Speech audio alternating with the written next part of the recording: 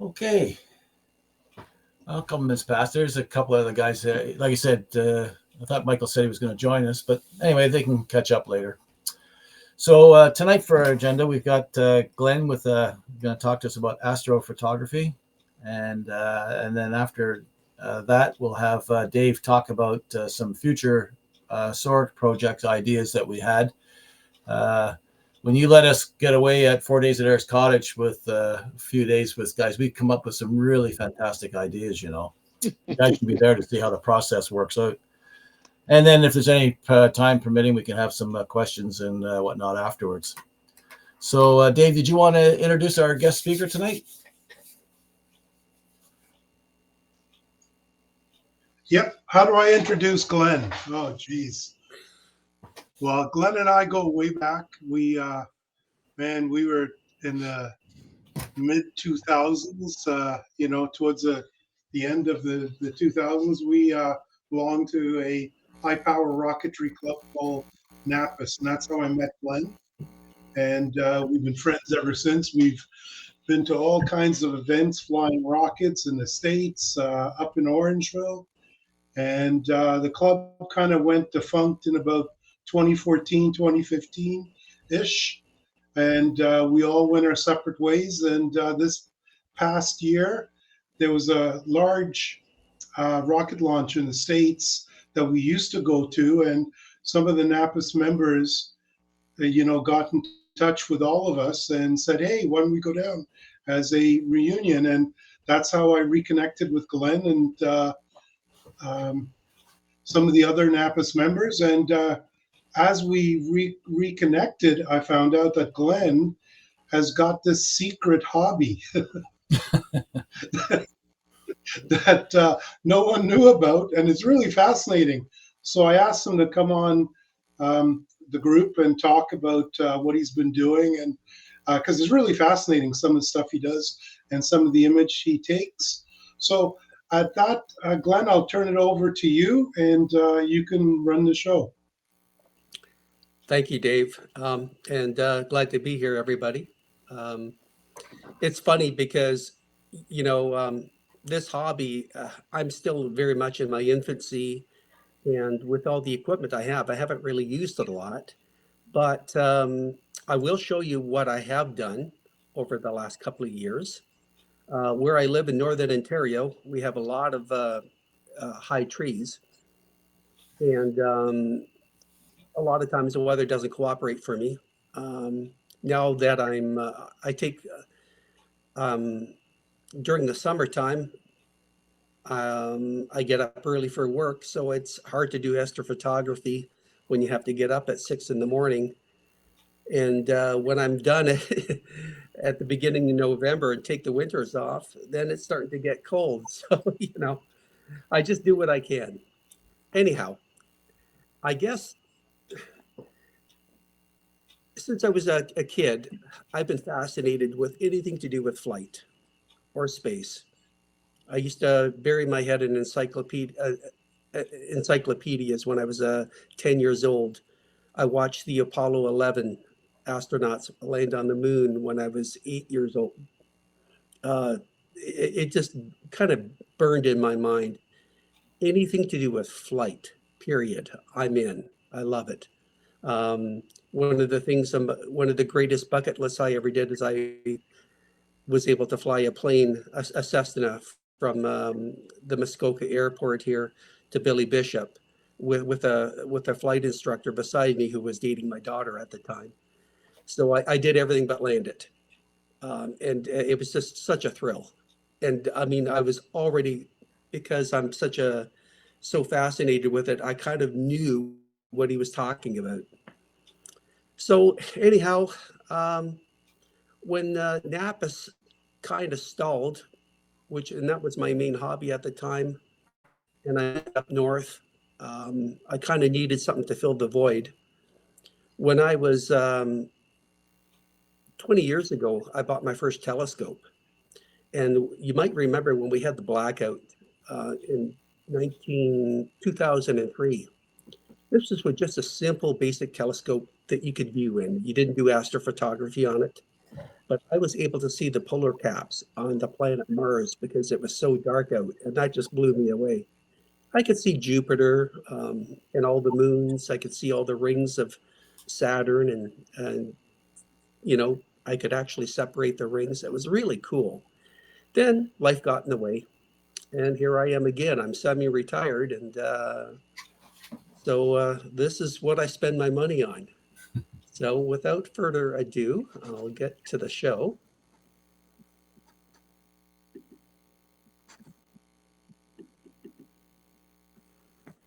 Can everybody see that? Not yet, Glenn. Okay. So I need to go back. I'm in the point, but I must have moved something. Yeah. Try clicking on the share screen and then share entire screen. But when you go into the tab for entire screen, then you got to click on the screen itself and then hit share. Okay, so nobody's seeing anything right now. So No. do I have to get out of PowerPoint? Yeah, I do. Okay, so what do I, just guide me through this, Peter, again? Yeah, so click on that third icon from left that says start screen sharing. Yes. Then go up to the top where top right share, it says entire screen. There you go. Okay. Okay. Yeah. All right, now I can go to my PowerPoint? Yes, you should be able to, yes. There you go. Yeah, we see the rocket. Okay. So this is what Dave and I used to do. That was, that rocket actually flew to 8,500 feet. And not this particular flight, but the one the year later, it just missed going Mach 1.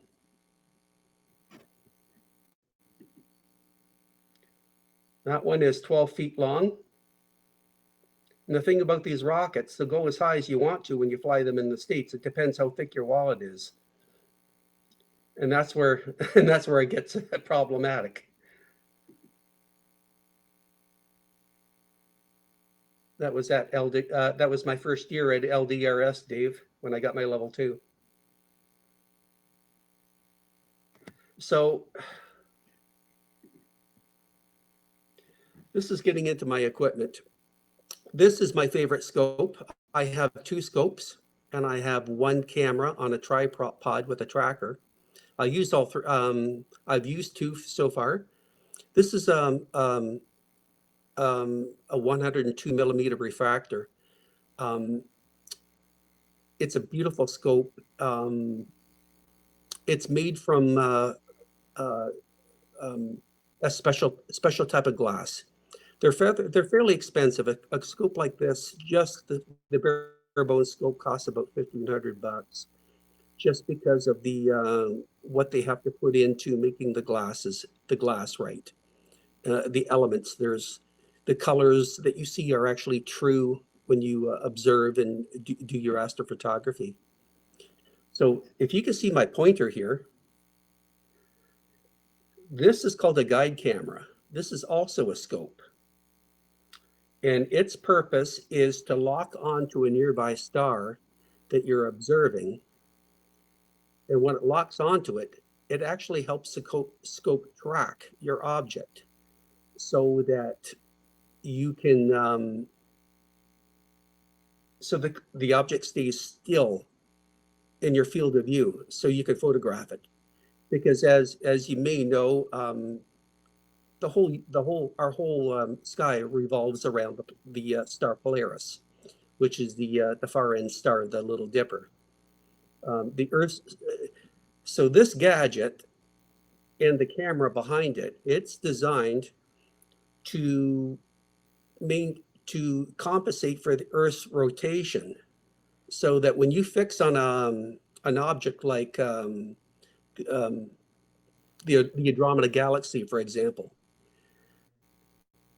it'll stay still or when you photograph stars or star clusters, you're not going to get streaming stars because your photograph isn't staying still.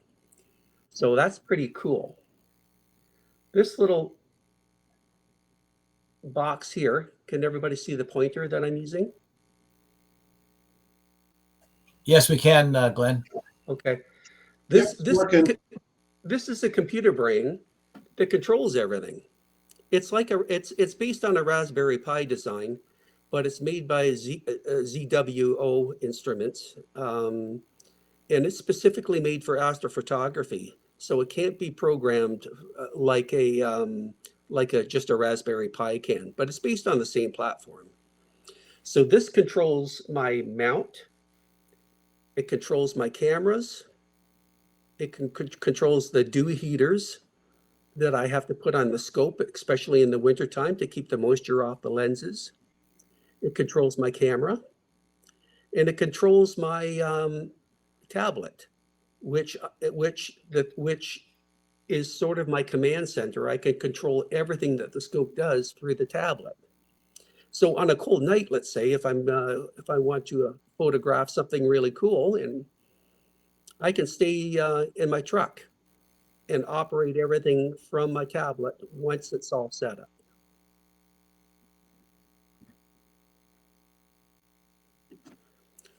This is my second scope.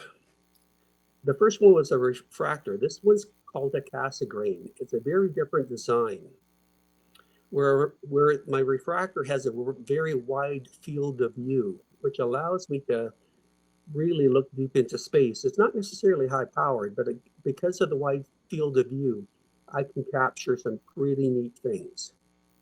This one has a narrow field of view, so its design is for looking at Jupiter, the planets, Saturn, or the lunar surface. It's very good for things like that. And it'll show it in great detail, pretty close up. I haven't not yet been able to use it. I've tried a few times, but again, it's still a learning process for me. And this is my third instrument. What this is a simple DSLR. It's a Canon D100. It's been Astro modified. So it allows the hydrogen alpha rays to penetrate it more than a regular camera would. So when I'm looking at a nebula cloud or stuff that's giving off a lot of gas, it's going to really bring that out more and bring out more detail for me than a regular camera would.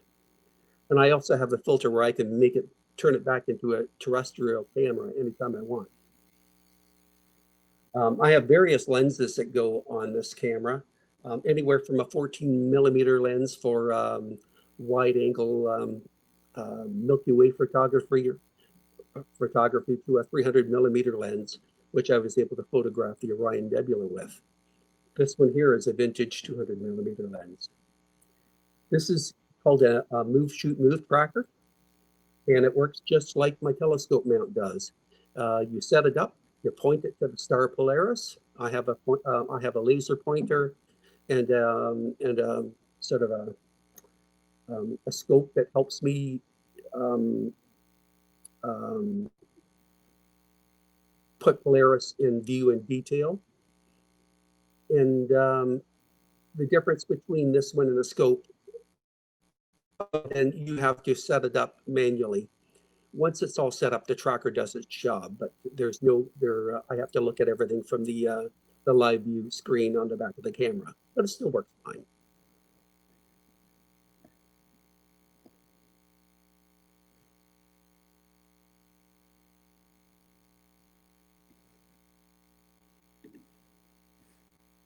So as you can see where I live, there's a lot of trees.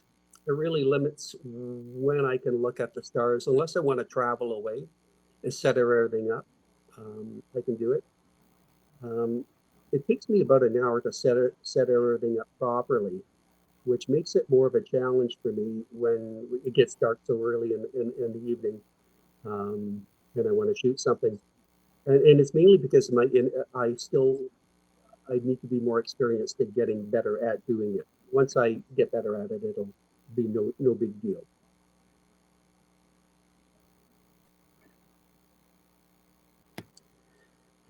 So this is how everything looks like from my tablet. So this is from back in April. I actually photographed the Leo triplet of galaxies. And to do that, once I was aligned with Polaris, and once the computer told the telescope to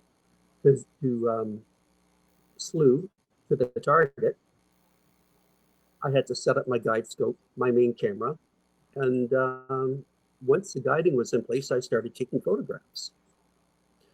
So I'm taking photographs of something that is 30 light million years away from Earth.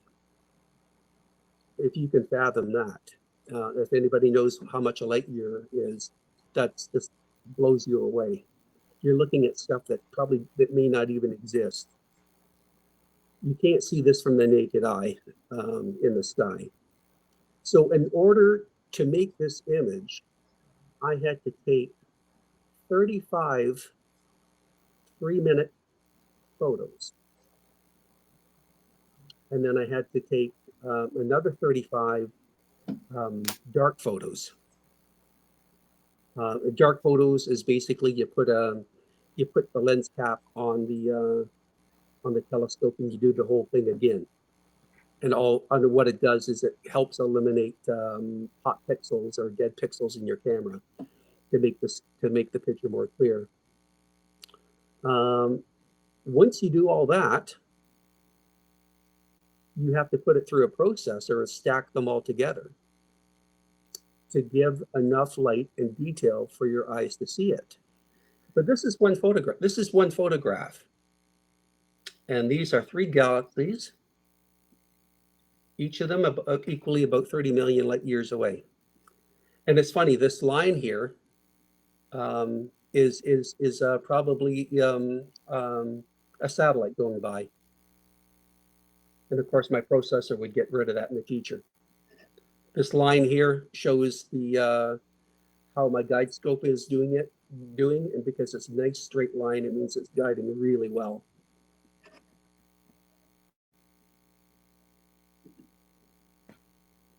This is my processor. This is the processing that I use on my MacBook. It's called Infinity Photo.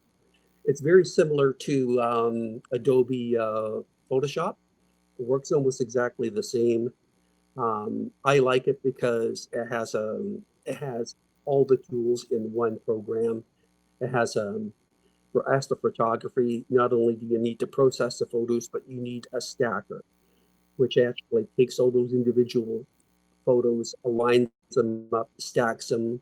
It eliminates any photos that aren't good or won't contribute to the picture. So yeah, it's a really cool program. I can do so much with it. Even my regular photographs, I've used this to touch them up. It's an amazing tool.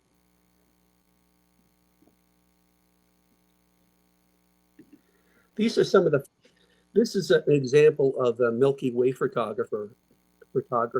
So I took this with my Canon D100 on my tracking tripod, and I used a 14 millimeter Rokinon lens for this.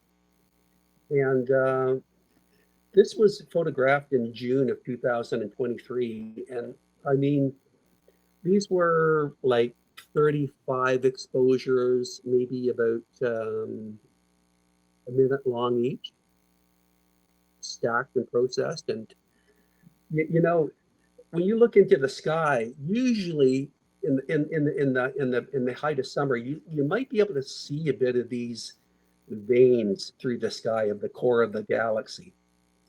But look at all this luminosity. This is all gas, all this stuff. It's so cool. And you know, that is simply sort of the spirals going out from the core. But you know, you're getting close to the core of the galaxy when you see this stuff. Our own galaxy. So that's pretty cool. Just to see that kind of detail, it just really humbles you. That's why I love this so much. And you know, when you see this big thing of light here. You're just seeing the rim, the outer rim of it. You know, that's the kind of stuff, if you look closely,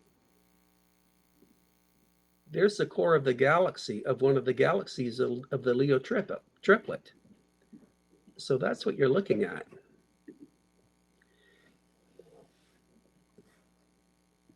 Oh, if anybody has any questions, please feel free to ask as I'm going along. I can't see hands, obviously, so.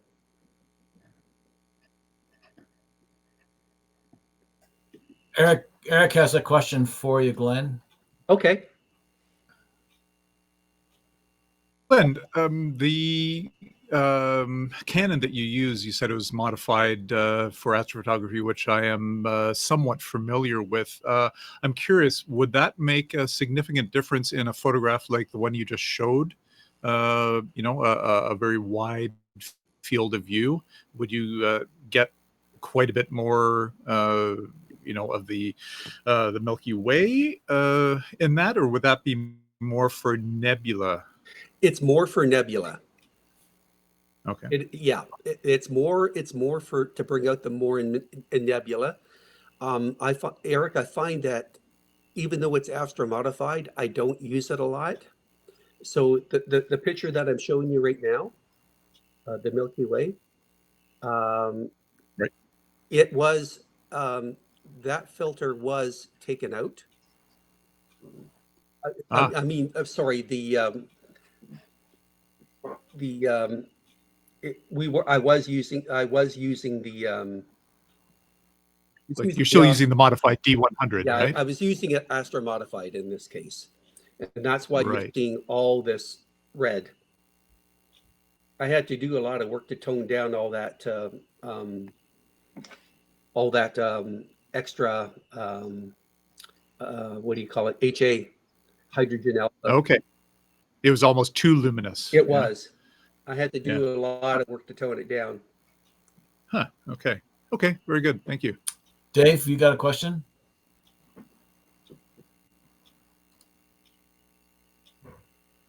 Yeah, I do, but I just noticed that Glenn's only got a couple slides left, so maybe I'll just wait till he's done.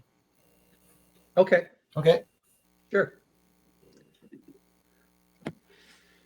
This is one of my favorites. This is the Orion Nebula, and this photograph is the Orion Nebula is just below the belt of Orion, and this was taken in March of 2022. And this was also taken just from my DSLR camera on the tripod with the tracker and a 300 millimeter Nikon lens. This was about 50 photographs of about 1.5 minutes each, processed and stacked. And then of course I had to take a lot of dark photographs too to get some of the noise out of it. Because when I take these photographs of like the nebula or the Leo triplet, you know, I'm using an ISO of about 1600, and that creates a lot of noise. And you have to do a lot of other stuff like take darks, which I explained. You have to also take flats. Flats is simply getting up the next morning, putting your telescope or your camera lens at the sky, putting a white t-shirt over it, and taking photographs at the highest rate you can. You take your shutter, go at the highest speed you can. And again, that eliminates a lot of the impurities out of the photograph when you stack them all together. And I really like how you can see the core of the nebula. And I love the swirling gas clouds that surround it. This is pretty close to us. This is only 1.3 light years away, as opposed to 30 million, you know, from the Leo triplet. So this one's within our own galaxy. Up here is another nebula. This is called the Running Man Nebula. Up here, you can sort of see a little stick man figurine there. But this gas cloud is forming stars. That's what it is. It's birthing stars. And although it's not in this photograph, if you look at the constellation Orion at night, at the top left, you'll see a very bright star called Betelgeuse. Now, Betelgeuse is a very old star, and it's about to go supernova at any time. So the scientists and astrophotographers are keeping a close eye on it because they predict it to go supernova within the next couple of years or sooner. And of course, if they're predicting it to go supernova, it means it already has. Because we are looking at history, right?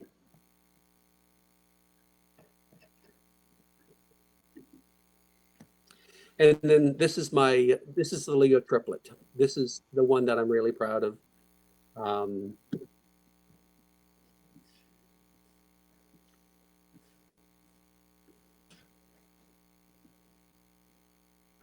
You know, if you look in detail, you can actually see the spirals. You can see the core, you can see the spirals of these galaxies.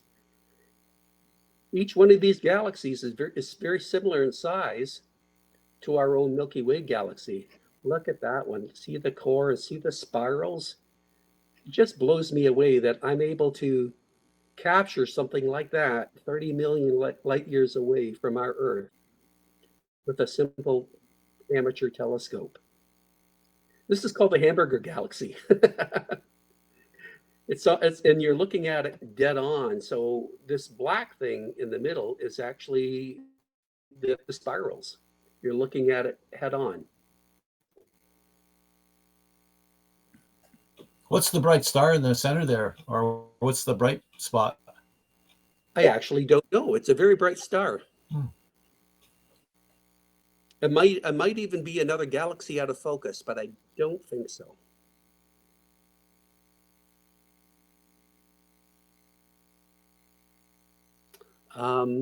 So does anybody have any more questions? Yeah, I got a couple. On slide 4, I wasn't sure where was the camera mounted on that picture there. On slide 4, is this the one you're talking about? Yes, you mentioned something about your camera was mounted, and I kind of missed. Oh yeah. So if you want to do a close up, there's my DSLR right there. Wow, boy, that's a lot of At the back of the scope. So this is my gag camera. This is what takes it takes pictures of my target every couple of seconds, and just make sure. And it talks to my mount.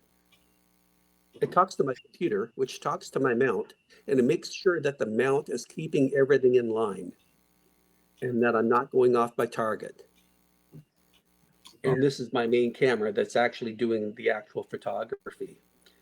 Now, a lot of astronomers usually they graduate from something like this and they get what's called a dedicated Astro photography camera. It's made specifically for that. It looks nothing like a DSLR. They're popular because they produce less noise than the DSLR. They bring out better colors. They're also a hell of a lot more expensive. So that's why I'm not, astrophotography is like rocketry. You can just continue to dump your money. It's just endless. You got to stop somewhere. Yeah. Yeah, you can only spend so much of the kid's inheritance, that's for sure. Yes. This box here is it's an electronic focuser. So it allows me, rather than to touch the focuser manually, which can jiggle stuff and blur your picture, this electronic focuser allows me to control my focusing from my tablet. And it even compensates for temperature. So if the temperature will affect your focus, and if this senses that your focus is starting to get a little wacky, it'll stop your photographing and refocus itself so you could continue. It's just amazing what this can do. Oh, that's pretty cool. Yeah. Drew, you got a question? I do. That was a great presentation, Glenn, and I have a friend of mine who's also into this, and he's in Ohio, but he's got the ZWO box and some of the things that you have there, so I recognize a lot of it. Question I had related to you chose I guess it's ISO now, not ASA, but I'm intrigued to know how you choose your exposure when you're stacking pictures. Well, I choose the exposure when I'm taking the pictures. Yes. So, for example, I use an ISO 1600 because I need, in order to get the initial image, you need at least 800 or 1600 to take deep sky photos. Right. I don't know, I can't explain why, because Okay. I'm not a real technical guy. I just sort of read what I'm supposed to do, and I do what I'm told, Oh, fair enough. Uh, It's just when you're stacking them, I wondered how that changed. Like, I was out with the Aurora stuff, everybody got into the Aurora stuff there for a while. And I was using it's just a Canon EOS, not a great camera. But as I played around with it, I was thinking about stacking software, and if I took a series of pictures, you were taking like you said, it was a 1 minute exposure at 1600 ASA. In one example you gave. For the Leo triplet, I was taking 3-minute exposures. 3 minutes, eh? Yeah.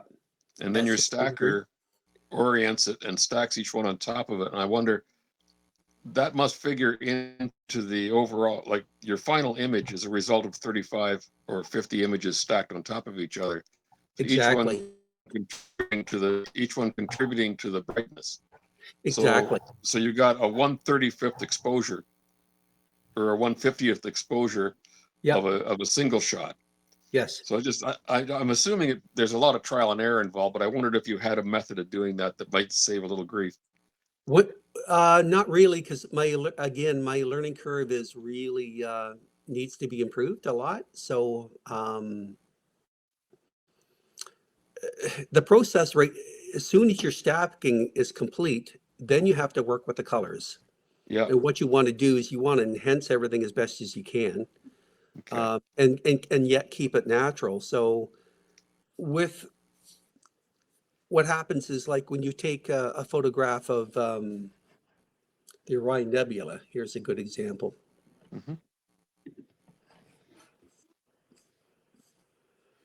There's actually a lot more stars around than is really showing. Right. But in order to enhance your target, when you make an astrophotography photograph, you have to sort of dim out the stars around your borders. Okay. Because you want to make the focus of people's eyes go to this. And so there's software in Affinity Photo or Adobe Photoshop, right, that sort of washes out a lot of that stuff in the other areas to make your inner targets more appropriate. Like, so here's an amateur error that I made in photographing the Orion Nebula. That core is actually too bright. Okay. So somebody with more experience would know how to dim that core out to bring more detail. Because you can see there's quite a few stars within that core, but the light is so bright that you can't see them as well. That's what makes this target a challenge. And a lot of astrophotographers have trouble doing that. I did an okay job for my first time, but you'll notice people that have experience, much more experience than I, won't what you call blow the core. So you're shooting in RAW. Yes. So you can go back and basically re-edit. I can. On a permanent basis, you just keep going back until you get what you want out of it. I can take any of these photographic photographs and tweak it, because I always keep the originals. Yeah. And with astrophotography, you shoot everything in RAW. Yeah. Yep. Well, that's really Right. interesting, and I don't want to dominate the you know, what you're doing here is something I would like to. I'm never going to buy a scope like that because it's just not something I do that often. But with a good sized telephoto, you can do okay. Well, the thing is, you don't have to. Not That's like the you best can do start, planetary that's the stuff. best way to start off, right there. Yeah. I bought that camera used for $400. Yeah, well, I just read a quickie article on pulling the IR filter out, and And that's what I did. That's what. this Canon was a. Now, did you put another filter in? No. So Okay. what the IR filter is out of it, which allows more HA light in. However, I have it's called an optolong filter. It's a OWS.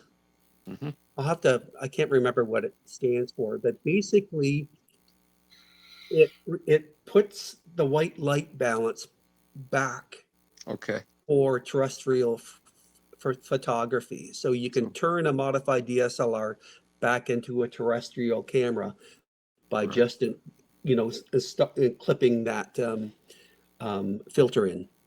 Makes sense. Astronomics makes it. Optolong makes it. Right. Well, I Oh, admire your.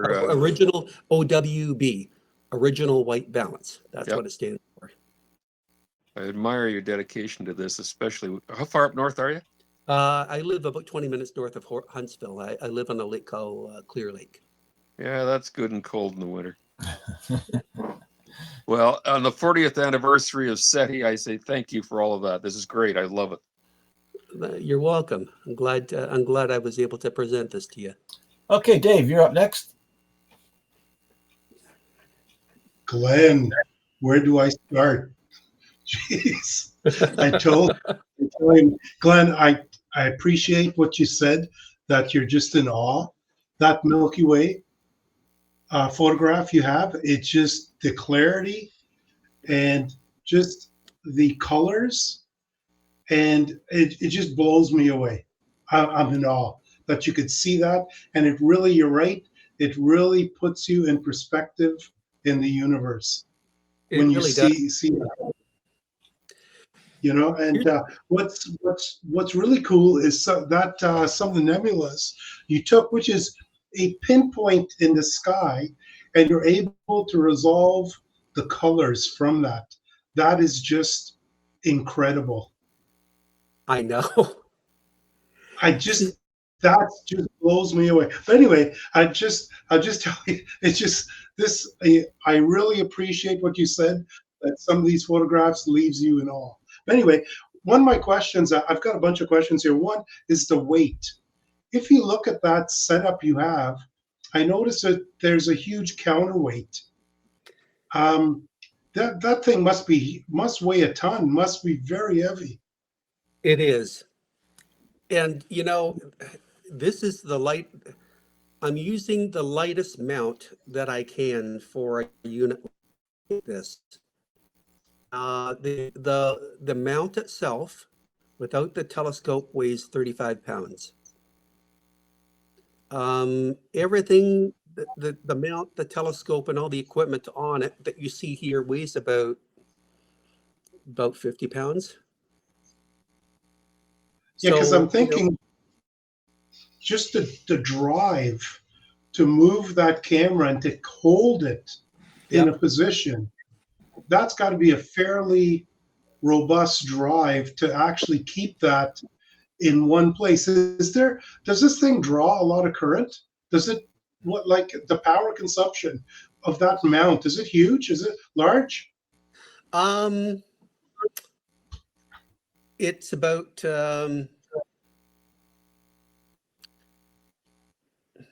good question. I do know that. How do you power it? These batteries, car batteries, or? I have a Celestron power tank. It's a 12 volt lead acid battery.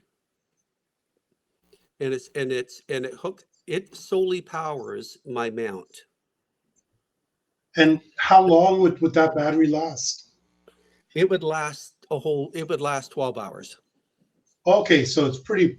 Well, it's either they've got a way that they conserve, power so that they could hold that heavy instrument in place, or you've got like one humongous battery, right? It's a big battery. The mount does take quite a bit of draw, and because there's quite a few things. I mean, I've got 2 cameras, I've got the computer, and the focuser that are all drawing power. So I have another power tank, and it's a lithium ion powered tank. It's a talent cell, and it powers everything else.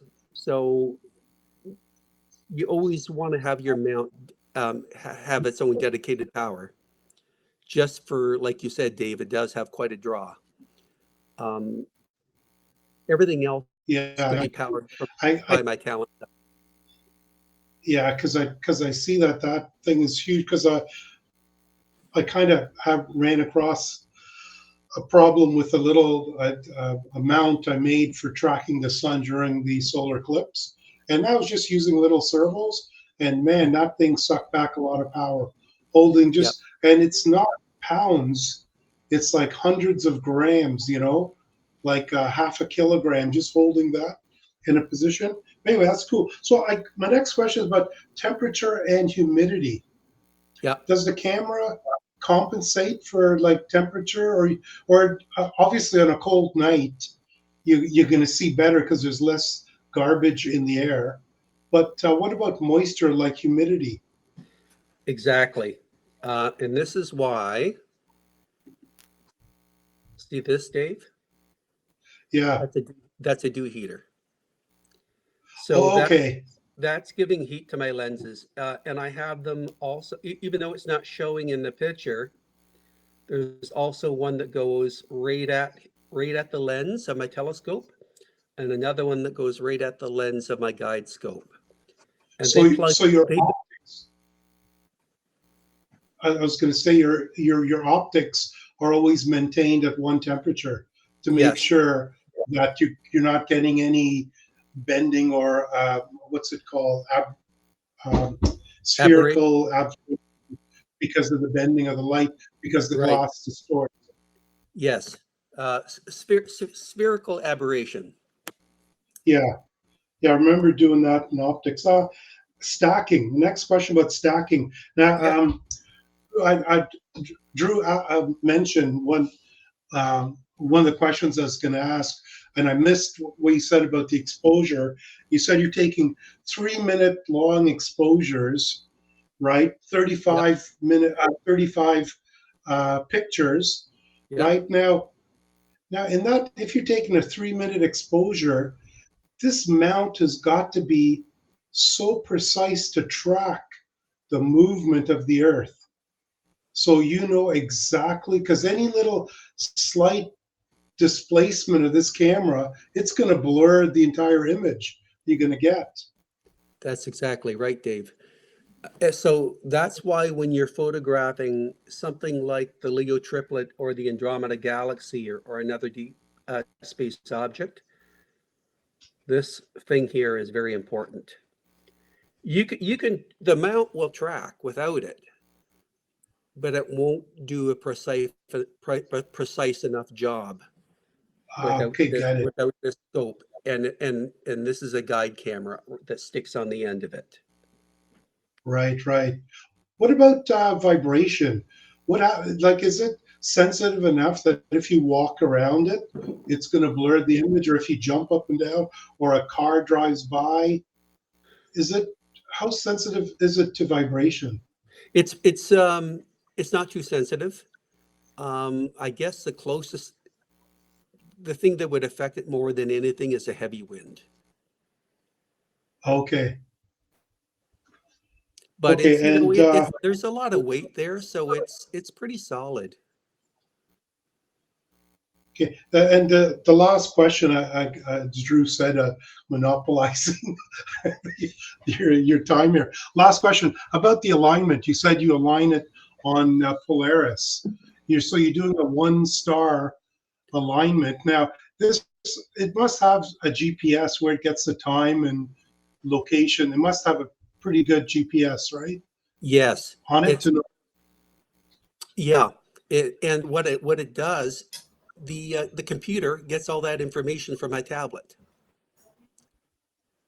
Oh, okay, So that's kind of cool. So it doesn't have a GPS. That Pi unit there, that doesn't have a GPS built in. It has to get it from your tablet. yes, it is. I mean, I have it programmed in there, but I know everything's right when I see that the computers what the computer has is the same as my tablet. It means that the tablet and the computer are communicating. Okay, yeah, this is fascinating, Glenn. Let me end there and let give someone else a chance to ask you questions. Thanks, Glenn.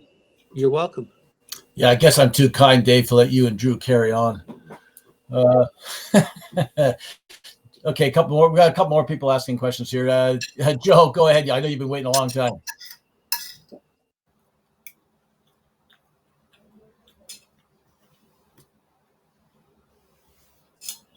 You still there, Joe? If you are, maybe you're muted.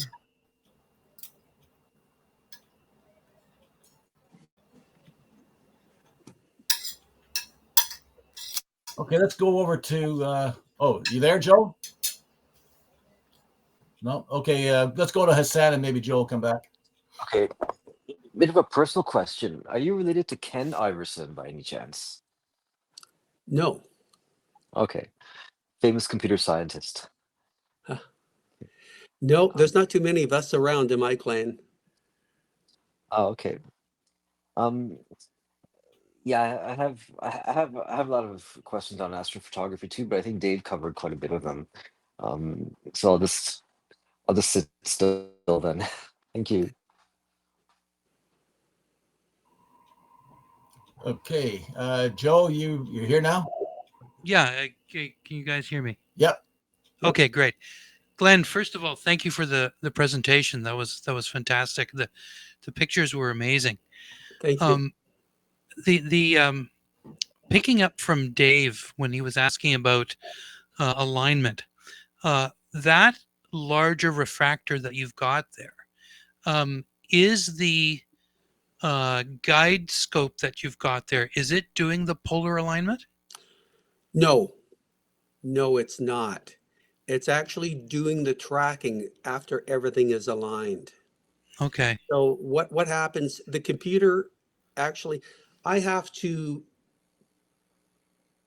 basically polar align the mount. It's the mount that has to be facing Polaris. So I first of all, I eyeball it because I kind of have a feeling where it is in the sky. I have a phone that has a compass, so I use that to help me out. And then right at the bottom of the mount, there's also a polar scope Okay. that I can really get it in detail. Okay. Once I do that, the computer takes over and it does the rest of the polar aligning for me. It helps me get closer and closer so I can get the accuracy I want to get. Yeah. Once that's established, then I slew to the target that I want to go to. And once the target is in place, then the guide scope takes over and keeps it in line. Okay. Okay. So this polar scope that you've got, was that an extra addition that you had to do, or did the mount already come with that polar scope? The polar scope came with the Celestron. The Celestron. Yeah. Okay. Yeah. You Eh, can't see it in the picture, but it's there. Right. That's why I was going to ask, because I've got an old Schmidt Cassegrain from Mead, and it takes and I'm just trying to get into astrophotography with this piece of equipment. So I was just curious because I know there's a whole thing that you would actually add into the mount itself, but I didn't quite see it. But okay, it makes sense. It's fully integrated. The other question I've got, Glenn, is on your Canon camera.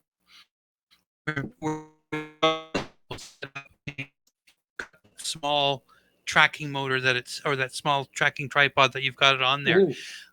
For the multiple images that you're, like the snapshots that you're taking, are you using something like a magic lantern on the Canon to like do all those kinds of snapshots?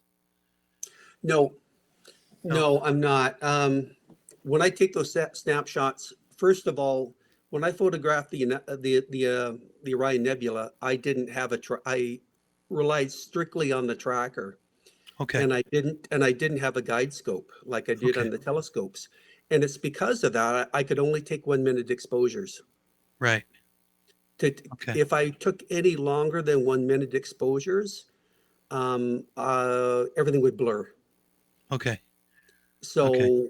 because this setup is really meant more for wide angle photography like the Milky Way.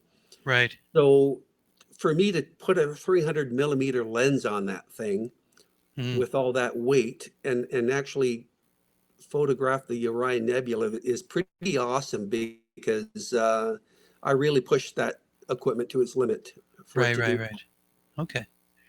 But Okay. that's the thing is, if that were my telescope doing the same thing, I would be able to take 2 minute, 3 minute exposures, no problem, because I have that guide scope in the computer to help me out. Okay. Okay.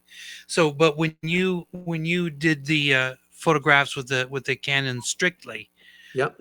with that Nikon lens, you were just using whatever software was in the Canon to do X number Yeah, snapshots. Yeah. Okay. that's right. And all I do is I use an intervalometer. You know what that Right. is? Yes. Just so Because I don't have to touch the camera. yeah, no, because the reason why I mentioned a magic lantern is it's firmware apparently that you can put into the Canon, Oh, and it gives you an intervalometer in the oh, software. Yeah, that's what I was asking, because I knew that sensitivity on the camera can be an issue, like the shake.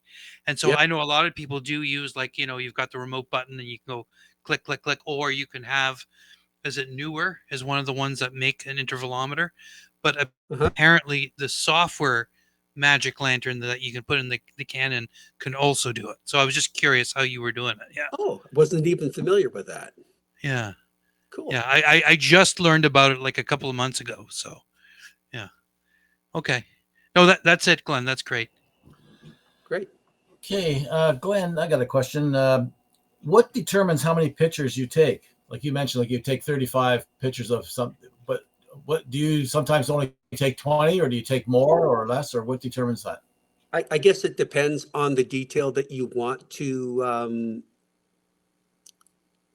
accomplish in your final photograph, and how much time you're willing to spend on it, or how long you want to stay up late to do it.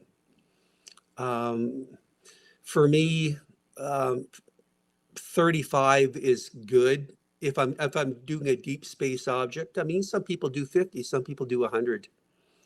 And I mean, you will see the difference in the detail of their photographs in the end result. But at this stage in my journey, I'm trying to keep it as simple as possible, especially so I can get up for work the next day. Yeah, no kidding. I guess so. But Hassan, you got a question? Oh, Yeah, yeah. Another question. So is there any new piece of equipment that you've come across right now that really excites you? Like, any recommendations on what to get? Because I want to get back into the hobby, but I don't know where to start. There's just so many options. um, I think, there is one piece of equipment that I would like to get, which is a dedicated astrophotography, astro camera, and it's a ZWO. It's a ASI 1294 MC Pro. It's a color astro camera. But before I do that, I mean, I really need to spend more time with the equipment that I have. My wife keeps saying, you got all this equipment, you spent all this money, and how many times have you been out there using it? and she's right. However, I find that for all the times that I've been out there doing this, 1 out of every 4 times I have succeeded. The other 3, everything else I failed, either from me not setting up the equipment properly, or a technical glitch. I tried to photograph the Andromeda Galaxy two weeks ago, and everything was looking good. And guess what? My my computer, my ASI Air Plus, started upgrading itself, and I didn't want it to because there's a glitch in the upgrade. So I thought I had it so it wouldn't upgrade and ruin my whole night. And that's just one of many stories I have to tell. So for every time I've been out there, which, 1 out of every 4 times I've been able to have a successful photograph. As I get better, that will diminish.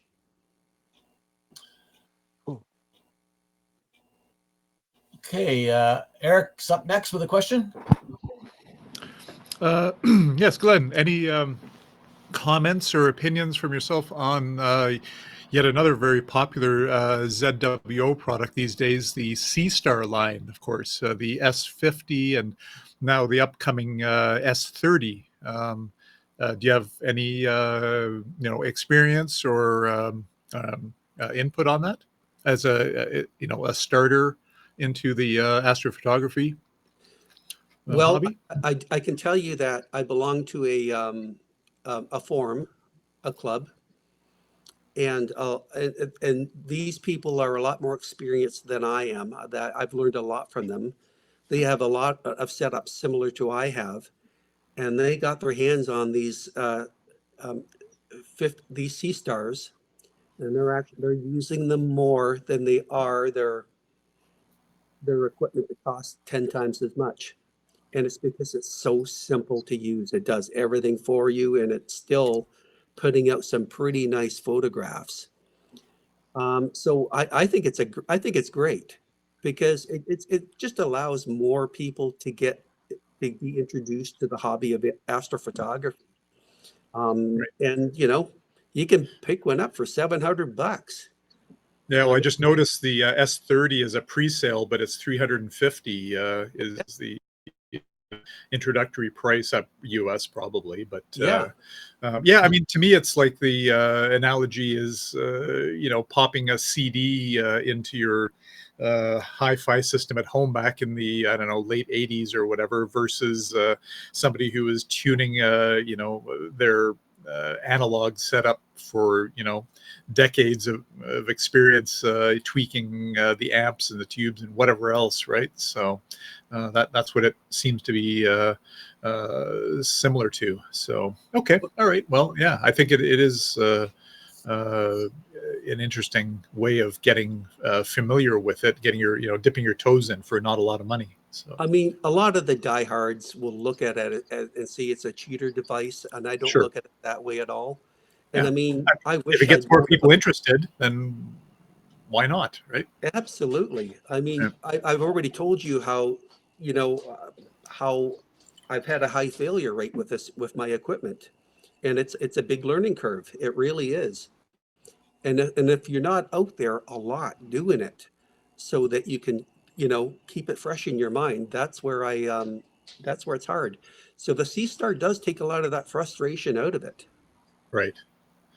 Yeah, no, I agree. I think that's reasonable. Again, if you're just a weekend warrior kind of astrophotographer, and it's I think a reasonable amount of money to spend. And if you get the bug, get bitten, I guess, then you can, the sky's the limit, as you've displayed with some of your equipment here. So Yeah. very good. Okay, all right, thanks for that. Okay, Dave did have a question, but I see his flag went down. Dave, do you still have a question, or are you good to go? No, just a comment about Eric. I posted in the chat. Eric talked to Mark. Mark's son has got one of those C-Stars, and he takes some incredible photographs. with it, but contact Mark. Okay. Does anybody else have any questions? Okay. Glenn, I don't know what that's fascinating. What you've presented here. I don't really need another hobby, but I do have a telescope out in the garage that got used once in the last couple of years, but maybe it might be time to break it out a little bit more often than not. Oh, you could stop sharing your screen there, Glenn, while I think of it. Oh yeah. And yeah, very good. And those pictures are really quite. What's the word I'm looking for? Well, it makes you want to go out and do it. Let's put it that way. Okay. Thanks again, Glenn. Much appreciated. You're very welcome. And if you get some more pictures like that, just stop by and show them. Okay.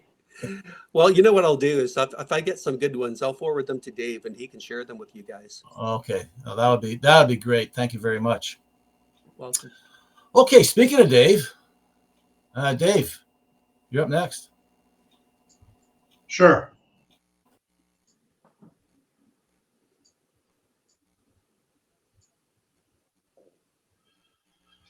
There, can you guys see my screen? I see everybody. Yeah, we see it.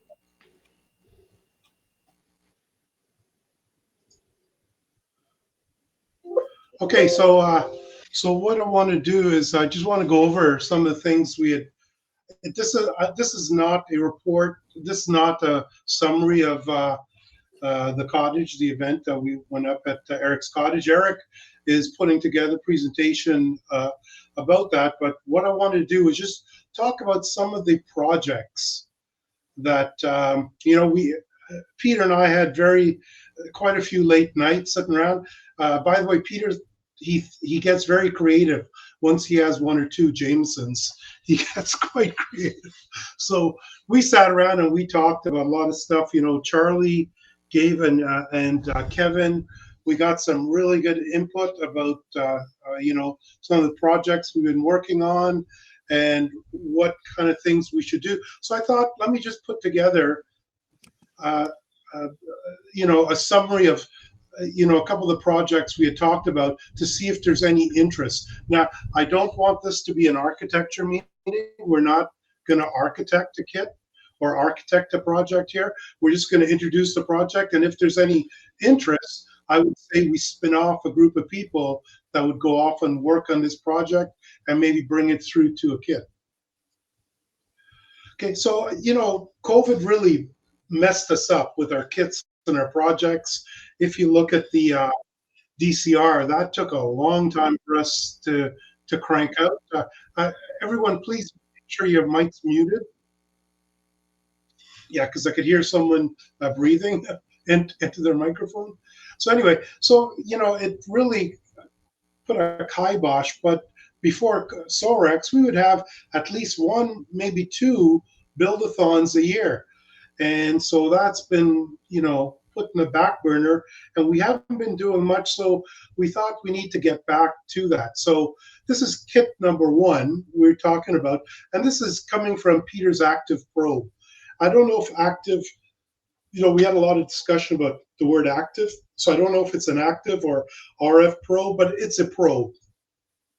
And so basically Peter's been working on this for some time, and the main design goal here was to probe a circuit without influencing it, high impedance probe. And, Peter also wanted to get to measure a signal that's very, very weak.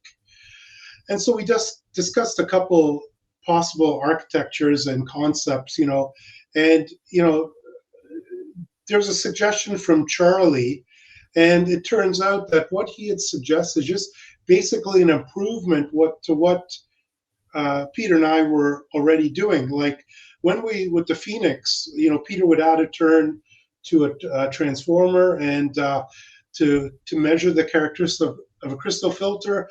I used a 1450 ohm resistor in series with a 50 ohm spectrum analyzer, and so Charlie said, look, why don't you just, put a 10K or 20K resistor and then add a LNA to compensate for the loss. So this is the birth of this kit. So this is what, I've been doing to probe the Phoenix is I basically have this little jig with a resistor, right? And that's if you could read the color bands there, that's a 1450 ohm resistor, and that's in series with my spectrum analyzer. So basically, the high level architecture of this is putting a 10K or 20K resistor in series with a 50 ohm coax cable, feeding into a low noise amplifier, and that then connects to your scope or your spectrum analyzer.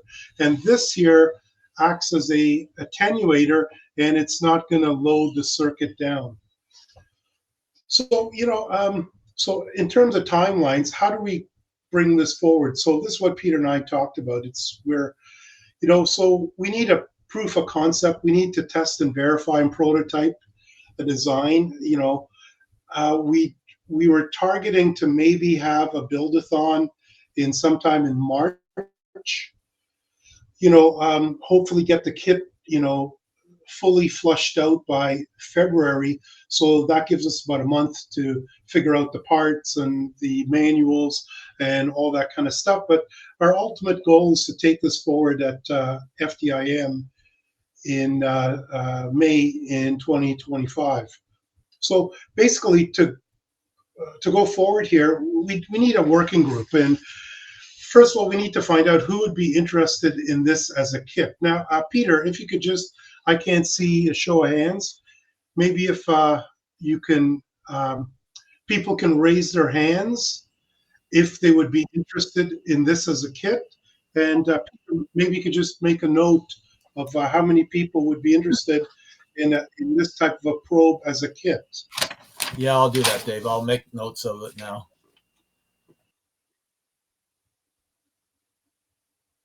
So again, the idea here will be making something economical, small, and have it potentially available, hopefully by March for a buildathon.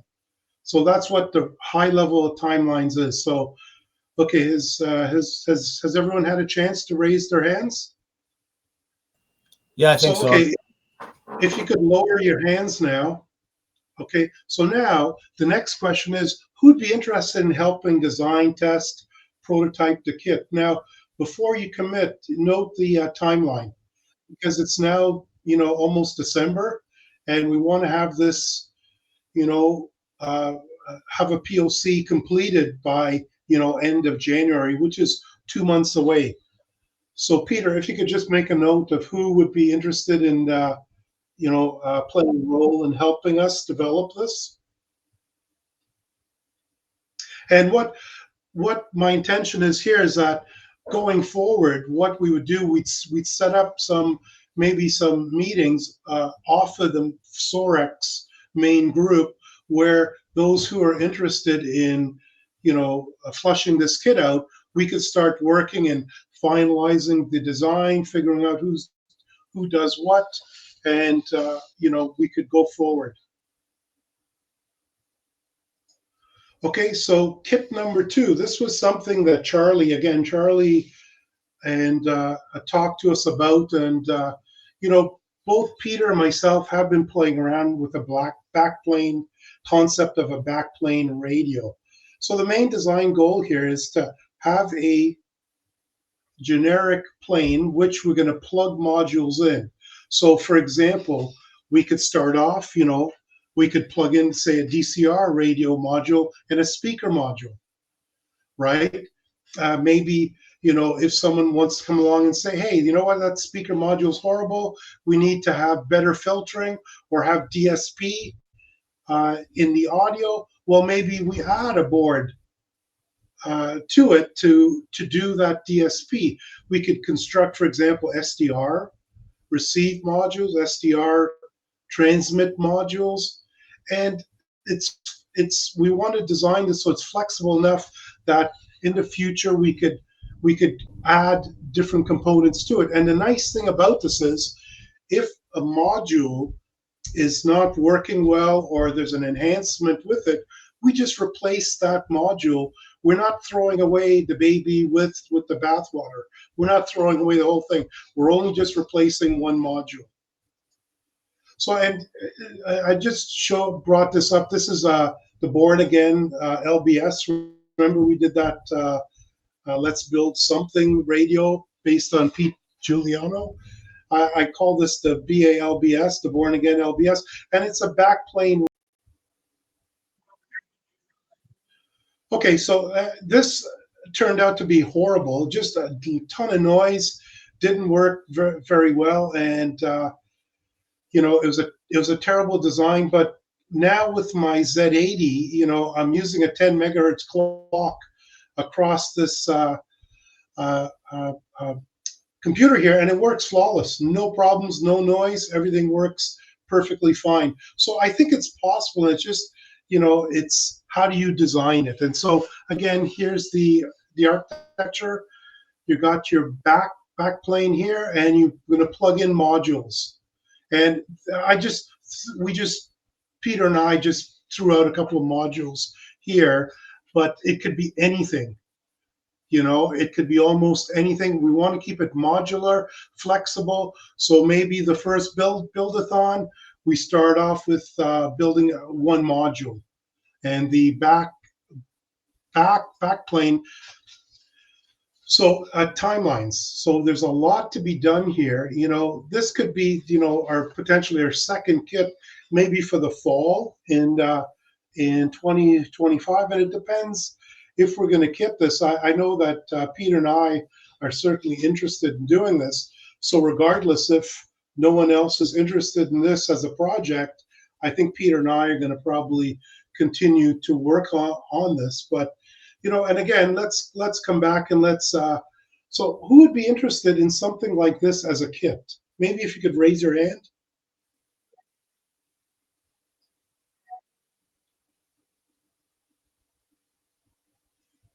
Because I think with this, we get an awful lot of buildathons out of this, because we start off small, and maybe each year we add a module, or we add 2 modules, or if someone else wants to go and design a module, they can go ahead and do it.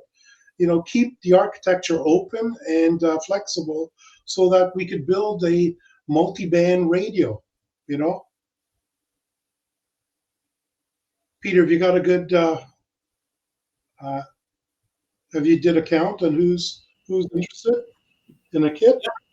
Yep, I've got it. Okay,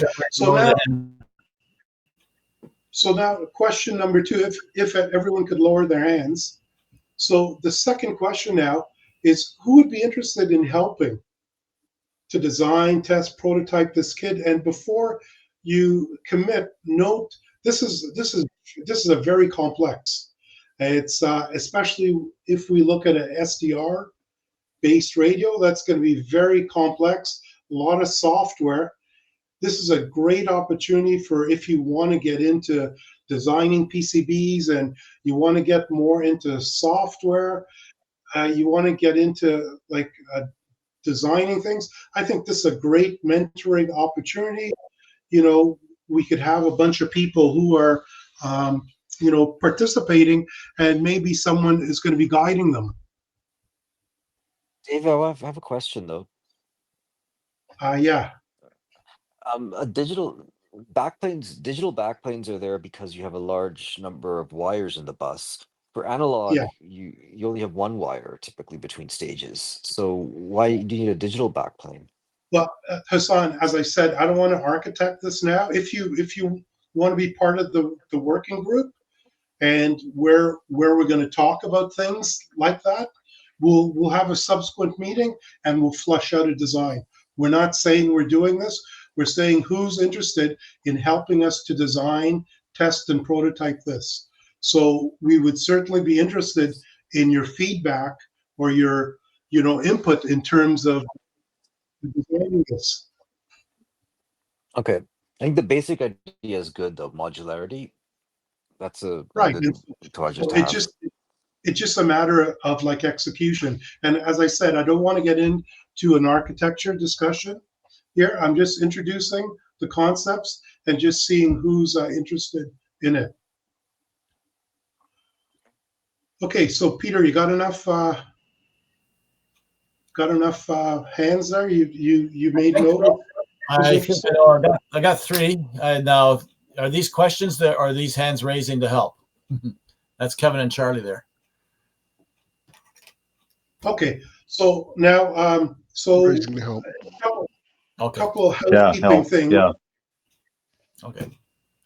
A couple My hand is housekeeping my things. Jitsy's frozen, so I can't raise my hand, but you can count me in. Yeah. Okay. I've got the three that put their hands up for the help, Dave. So we're good to go with that.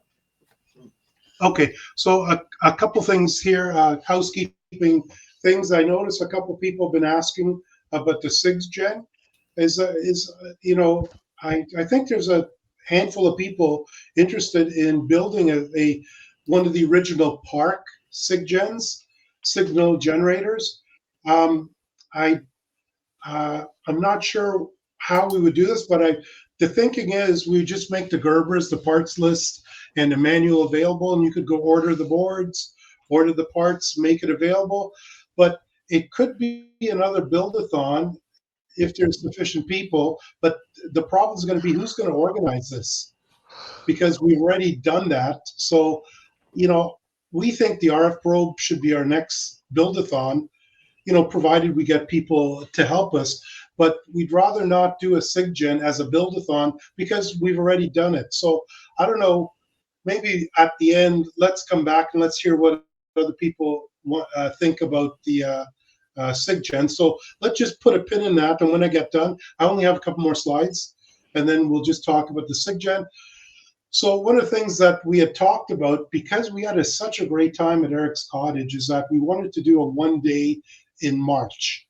Now, should we do a weekend event in like the Kitchener, Mississauga area? Because I know a lot of people in the park, in the Peel, area couldn't attend because, we did it on a weekday, so people have to work. We did it, in Halliburton, which is quite a trek away. So we're thinking maybe we should do one in February, March timeframe, more central Ontario, southern Ontario, in the Toronto, Mississauga, Kitchener area, and maybe that's a good one-day event, a weekend where we come out, we do show and tells, demos, and we're thinking maybe a build-a-thon to do the RF probe.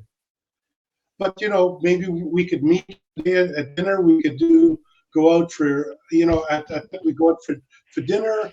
We could do a restaurant potluck, something else. So we're just trying to see what interest people have in like maybe doing a one-day event in March, and that's it. So let me just stop sharing my screen here, and let's now just talk about the build-a-thon. Okay, we're sharing there. Okay, so I'm stopped sharing my screen. So I'll just turn over now. Let's have a discussion. Maybe SIGGEN. What do you guys think? Who wants to build a SIGGEN? Should we make the schematic, the parts list and stuff available? Drew? I would definitely like a SIGGEN because I have a DCR and not a really easy way to make it work. I could hook it up to an MFJ 259, but it looks very accurate. Anyways, I would like to build a SIGGEN. I don't know how many others would like to build one.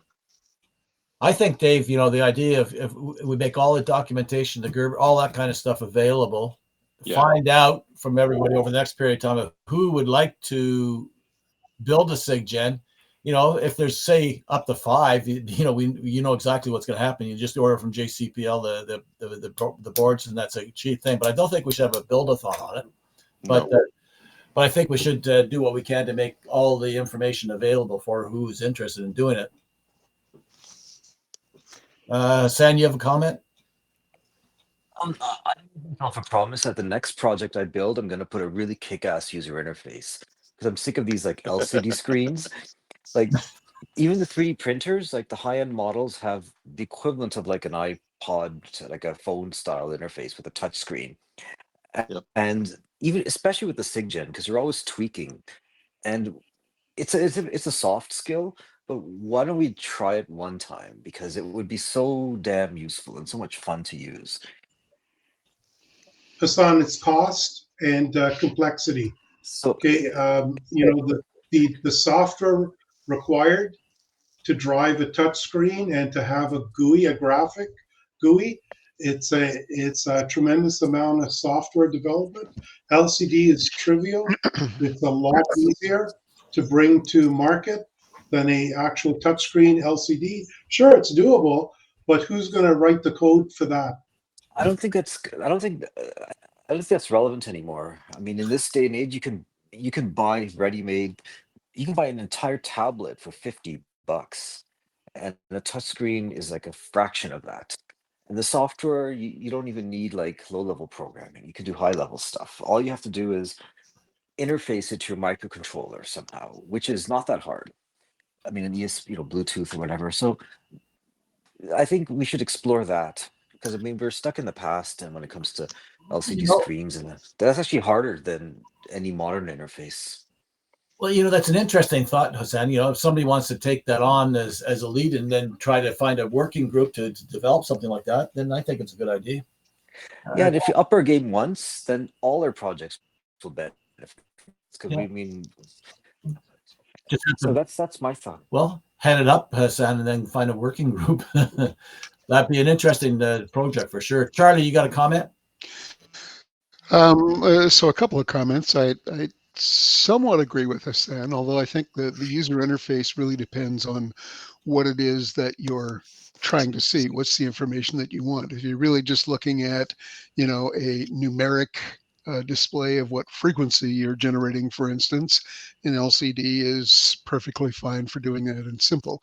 If you have more information that you're trying to display or more things that you're trying to control, then something like a touchscreen makes a whole lot of sense. My other comment was around the SIGGEN. I joined this group after the SIGGEN project happened, so I had an opportunity to get one of the original ones. It looks to me like a really useful piece of kit. Mhm. The DCR is not too useful without it. So like Drew, I'm kind of keen to build one at some point. Hopefully, if the information's available, that'd be great. I'm quite capable of doing it on my own, but somebody's gone to a lot of work to engineer this thing initially, and so if I can get the design files for it, it will be a whole lot easier. And if there's a bunch of us that want to do it, then maybe we have a little group to do so. Well, certainly I'm in. If I recall, I think Michael said he had somebody who was interested in too. Dave, do you recall? I'm just trying to remember what was set up at the cottage.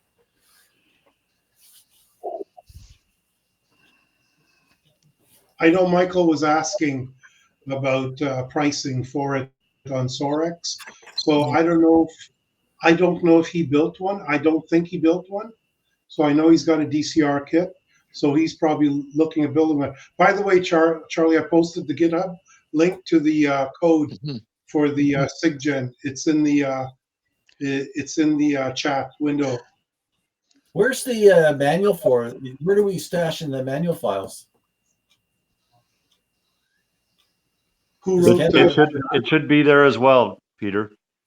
Oh, it should be there as well? Okay. I synced it with GitHub when I finished it, if I remember right. Okay, the SIGGEN, you mean? Yeah. Okay. Yes, that's correct. There And is and the DCR as well, but yeah. Okay. The Gerber's in here. Don't see them.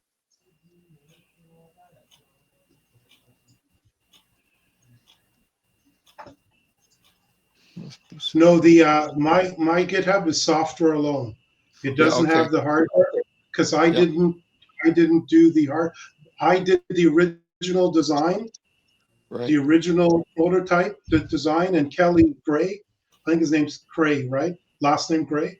Kelly did the board, and I think he uses Oshpark to go, but I don't have the actual Gerbers.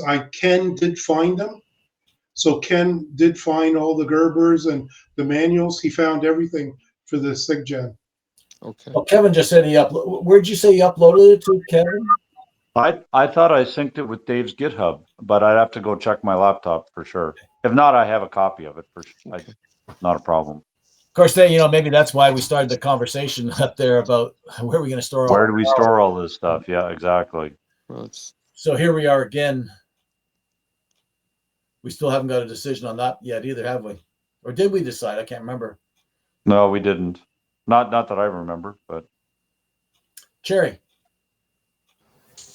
I was thinking, like, Dave, you made a curve tracer earlier, right?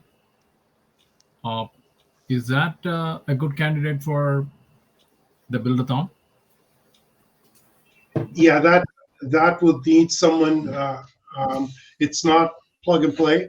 I think we need to flush that out a lot more as a kit. So before we get on to other kits, I'm just cognizant of time. I just want to ask about that one day in March. Is everyone okay? How does everyone feel about getting together in like February or March? And we had such a great time at Eric's cottage. We covered so much, and you will hear about it when Eric does his recap of the event. I think at the next meeting, Peter, he's going to do a recap. Yes, yeah, we reshuffled our schedule. Charlie was kind enough to move his presentation into January, and in the place, Eric is going to do the 4 days at Eric's cottage presentation next month. Right, Eric? Yep, you got it. December 4th. By the way, I did post a poll about the one day in March. Not too many responses, but for what it's worth. Where'd you post it? If you go to polls, if you open up your chat window, you'll see polls as a tab option at the top. Yeah. So yeah, we had a phenomenal time. We covered off so much. We talked about so much. There was, we made all kinds of mistakes, and we achieved so much. I think everyone that went there got something, including, Cherry. Cherry and I had a great time going through those bins. Mine. Anyway, but we had an awesome time, just and so maybe we just do the buildathon. Maybe if we could pull a rabbit out of the hat and we could get this RF probe thing working, maybe that's, instead of having a one-day event, we just do a buildathon, right? Yeah, that's a good idea too. So just sort of thinking about what Hassan was talking about with the user interface. If one ever got developed, I think that would be married up to a curve tracer. It'd be perfect for something like that. Yeah. So I think that's future. Let's put that off. We can't boil the ocean here. So let's pick the battles. And I think, between, and I see Charlie's got his hand up. We talked about that radio design, and we talked about the probe. I think those are two really good candidates going forward, because there's a ton of learning opportunities there. The curve tracer is a great tool. I think that's cool. But I think you look at who's going to use that, because I think the majority of people in this group here will probably never use that, because we don't build, or the majority of people don't build an amplifier from scratch. They're taking a known design and they're building it. They're not trying to find components themselves. So a curve tracer is good if you're going to be designing your own amplifier. And there's only a handful of people that's going to be doing that. Well, of course, if you have the tools, then you might build it. But here, Charlie, you got a comment? I guess my comment was on was Dave's question about one day in March. So I'm always keen to get together for something like this. Having said that, choosing Kitchener's pretty close to a 6-hour drive for me. To go that distance for a single day is probably not really practical. You know, if you had one day even in the east end of Toronto, I might be able to swing that with a visit to some family down there and pop out for a day to do something like that. But Kitchener's a bit far, and I think, you know, for Peter and Drew coming from Kingston, that's a pretty long haul for a one-day event as well. And certainly, Charlie, we did talk about that this would be purely for just the people in this area, but there's nothing stopping us from doing a one day in Kingston event if we could. It's just a matter of once we and it's at Peter's place. You know, but if we have enough, right.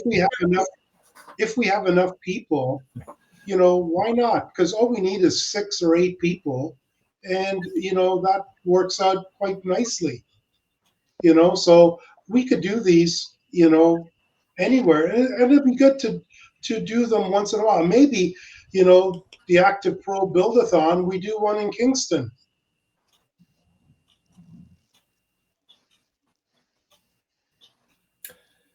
I don't know, thoughts? Hassan's got a thought, right? Yeah, I have too many thoughts. I think for the one day in March, it'd be better. One thing to do is instead of the actual build-a-thon, use it as to iterate on the design, to come up with a prototype and then put it in people's hands and then get feedback and see what they like, what they don't like, and then tweak it. By the time March rolls around, it's too late. Or it's getting Really? It should be well designed before March. Although the core stuff would be well designed, but then there's always like tweaks to little things. Well, So, I think you know, I think Hassan, define what would we show in March? What design would we show in March? What let's qualify that, because I think Peter and I are talking about the RF probe, and I think you might be talking about something else. I'm not sure. yeah, actually, you have 3 projects there, and I think if you combine them all, um, I think I've had this thought for a while of a universal radio motherboard platform. I mean, all radios are kind of more or less the same, but you want to do is you tweak the gain, you tweak the noise level, tweak resistor values. So build something like that, but you integrate your test equipment and measurement equipment on the board. So the SIGGEN would just become a stimulus generator, and the active probe would just become whatever feeds into the test points. So now you've got a universal radio. You plug into 4 channels of your scope, and it's self-testing. You know, no one's ever done that. Like all our designs are one-offs, and they require immense amounts of knowledge just to kind of debug them. But you build something that really is designed so you can actually diagnose it in the field anytime and tweak it. And that would emphasis on learning and user friendliness. Because I think frankly, I Hassan, mean, I think it's yeah. a good concept, but I think execution of that is going to, and I'm going to take a page from Frank. You know, Frank always talked about this keeping things simple and like one thing, you know, as opposed to trying to boil the ocean, trying to do a whole bunch of things together. Because once you introduce a whole bunch of different things, all of a sudden the project now gets extended, it gets longer. And I think we should do one thing at a time, maybe keep that concept as a design constraint to say whatever we design going forward, we need to consider these things, such as what you just described. But I don't think we should try and do everything together at one time, because then it'll never happen. This thing's going to sit and sit and sit, and it'll never happen. That's what Frank used to always tell us about these buildathons. Drew, you got a comment? Well, I was taken by what Hassan is saying because I was thinking it sounded very much like the philosophy Heathkit had, and a good one it was. I think the modular radio is a brilliant stroke, and maybe should serve as the anchor for a lot of the things you're doing. Simply because it provides a platform for so much there's so much growth capability there. I mean, the Lego radio, as it were. I think that's a very intriguing concept, and I don't think there is anything out there, even remotely the same, that you can put in the hands of a kit builder. T41's close, but not exactly what we're talking about. But close. But it's also not a swappable thing, so you can't. Well, I don't know that for sure, but you could even design your modules to work with other radios. Yeah, incorporate other radios. Anyways, that's my thought. Charlie, you got a comment? Yeah. So the backplane radio that Dave was speaking about earlier, and the Lego radio, I think we're violently agreeing on the same thing. Isn't it the same concept? Isn't it the same thing we're talking about? What Hassan's twist on it a little bit is that when we're building this backplane radio or modular radio, we should include, think about testing it and think about building in test points so that we can instrument it easily when we're trying to do experiments and whatnot with it. And with I think the it's available. instrumentation that they've designed. Yeah.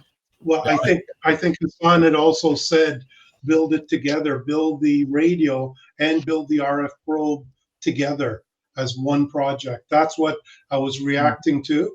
Yep, fair enough. And that's why I said, if we build something and we want to keep those design constraints, such as plug-in places for testing, I think, yeah, let's put that as a design constraint on anything we build going forward. And by the way, Hassan, the Phoenix, the Phoenix has got test points all through the chain specifically for that reason, so that we can test various things. But I think Hassan's going a little bit more. He wants to test because, maybe I think where Hassan's going is to build the active probe on the circuit board, so we don't need to use an active probe to probe it. It's already on the board. So I think, Hassan, that's where you're going, right? Yeah, actually, listening to Charlie and Drew, I just had a thought. You've got the backplane already, so just dedicate a couple of signals for test signals and route them to a test card. The test card will be the active probe, and then the stimulus is a SIGGEN. Just make it as a card which plugs into the same backplane. So you're gonna have like 30 or so signals on your backplane. You only need a few of them for interstage coupling. The rest should all just be dedicated to test and stimulus. I like the idea of a test card. Mm-hmm. Yeah, and again, it neatly combines everything. Yeah, that feeds perfectly into the whole. That feeds perfectly into the whole modularity. Okay, you need a test piece of equipment. You build a module, plugs in, and you could test. You could sniff the bus. You could see what's going on the bus, right? Yeah, that's right. That's what this thing does. It's the test equipment for that. Which thing? Yeah, so this is the control system out of a light rail vehicle. This is the test equipment, so I can like run relays and whatnot and actually like simulate driving. So it's got a test port here in the front. I can plug in the test equipment. I think we'll go for a smaller test card, guys? Yeah, but it's nice and modular. You just hire function. Cool. You should see the backplane on that thing. It's all wire wrapped. It's great. Yeah, actually, analog backplane. Okay. Actually, Ian, when I was building my Z80, a thought did come across my mind to wire wrap it. I actually thought about doing that for like prototyping, because with wire wrapping, you could prototype things really fast, but troubleshooting, it's a nightmare. Yeah, tell me about it. Yeah, there's wires there. You better get a comb for that. Yeah. Yeah. So Peter, you just want to kind of quickly, I know we're over here now. You want to just quickly, just because I don't know the numbers in terms of like, do you want to just share how many people are interested in the RF probe as a kit, helping the radio kit, just kind of. Okay, well, counting for the active probe, if you include you and I, Dave, there will be 7 that are interested at the moment. For the backplane radio, including No, you but and I, that's Peter. Who's interested in it as a kit? Who would want an active probe as a kit? Because I asked 2 questions. One was who wants it as a kit, and the second one, who was interested to help. Yeah. Okay. Oh, you want the names? No. I just want to know number of people. That's what I just said. Who wants it? Oh, but you said 7. 7 people want a kit for the RF probe. Okay, and then how many people are willing to help? 1, 3 if you count you and I. Okay, so we've got 3 victims. Okay, continue on. And for the backplane radio, 1, 2, 3, 4, 5, 6, 7, 8, including you and I, 10. Okay. And willing to help, including you and I, 5. Okay, so we've got a good. The RF probe. It's not a huge project. No, I think, but it looks as if. I think it'll finish. It looks as if. Yeah, I think the radio looks as if we've got a good handful of people willing to, participate. Yeah, I think so. Yeah. Well, did you count me for the RF probe? Because I think I raised my hand for that too. For help or for the kit? For both. Oh, I missed you. Okay, so another one for the RF probe. I'll buy the kit, but I'm no use to help. Well, we could find it. You can go get coffee. Again? Too busy pico ballooning, right, Drew? Well, I'm buying some jetpacks, Dave. Okay. So I think that's off to a good start. I think, hey, Dave, we got some information we can work on here, and I guess really the next steps is, I guess the next one up and coming is the active probe. I think, I guess we can do it by email or by the group's IO one. We should get together and the next steps, but I think there's a little bit more prototyping before we break out to the next step. Yeah, I think Peter, what we should do is have a follow-up Jitsi meeting, pick an evening, a day, whenever, and whoever's interested, let's have a meeting, talk about what we're thinking about, and maybe talk about some design constraints, what we're looking for, and we could do one for the RF probe and one for the radio. Okay. So, all right. So we'll put them together there. Then we'll send out notices for it, and we'll go from there. Okay. All right. Anybody else got any last minute comments, questions, queries? Okay, good. Leafs are winning 1-0. I think I'll go up and watch the last period. Enjoy it while you can. Thanks. Yeah. Thanks everybody for joining tonight. It's been great. Cheers. Thanks. Bye-bye now. Okay. Take care. Thank you. Thanks. Good night. 7.